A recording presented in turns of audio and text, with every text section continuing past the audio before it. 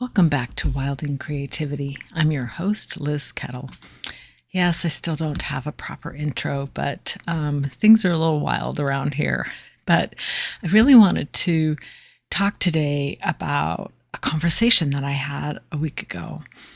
And it's just stuck with me because it resonated so much with where I've been in the past. And so a friend was working on a project as a gift for someone else.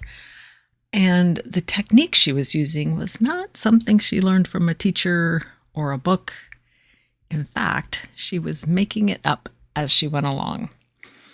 She really liked how it was evolving and she loved the fabrics and the colors she was using, but she was really deep in the unknown part of the project where she didn't really know where it was going. She didn't know if it was okay. There was all this uncertainty around. Was it going to be good enough? Was it okay? And was it okay that she was making it up? And that's the part that really, I really connected with and kept thinking about. I reminded her of something that we don't think about very often, is that pretty much everything in the world, every technique we use, everything we have that was created by humans, was created by someone making it up as they went along. Everything. There's very little that we just kind of got used to thinking that things were already established the way they should be. Some of that is because of the way our education system is and this obsession we have in Western culture of there's a right way to do everything and everything else is wrong. So the other thing is there are so many rules about crafting and art that are really, really unnecessary. And they kind of stop us in our tracks. They prevent us from moving forward on projects that we want to do. And it's always easier to follow someone else's path instead of making your own because they've worked out the kinks. They've shown you the path forward, the way to go. Most people prefer to create a quilt using a quilt pattern. I seem to be completely unable to do that. The last quilt I made, I tried to use a pattern and it didn't work and I had to go off on my own way. And I find that there's a unique pleasure and really deep satisfaction when you bring your vision to life by figuring it out as you go. And it's even sweeter if you figure out something that others said wouldn't work. So decades ago, like 2008 maybe, so almost 20 years ago, before the current encaustic resurgent, this was at the very, very beginning of artists starting to explore encaustic. I was just fascinated by it. And it was just something about the luminescence of the wax surface and the texture of it. I just was really fascinated by it.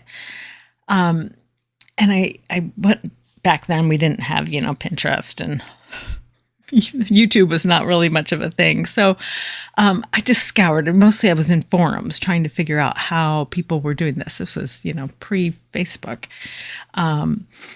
And all I could find was some very scant conversations where fabric was used as an addition, like an applique on top.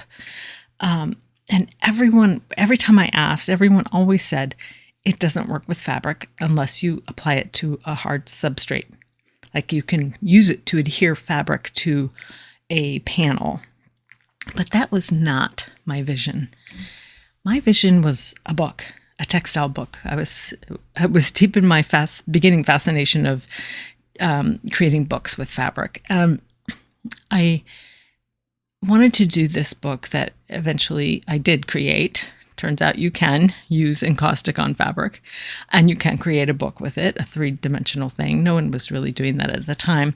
Now more people are, but I was just figuring it out along the way. I couldn't even find, you couldn't go buy encaustic medium. You had to mix it yourself. So I got the Damar resin and beeswax and mixed it up and had experiments and problems and things that went well and things that didn't go well.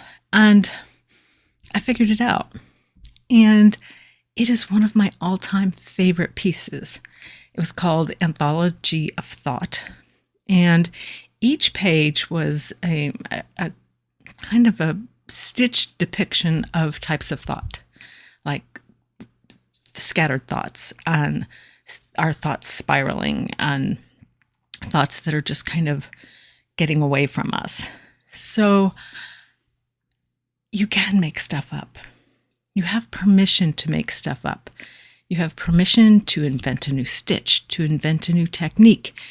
You have permission to make weird stuff, ugly stuff, strange stuff. You have permission to experiment and go off on wild, creative adventures. That is actually a foundational principle of wilding creativity. Now, if you think you still need permission to follow your wild and crazy ideas, just ask me, and I will grant that permission. Post haste. Go do something wild with your creativity.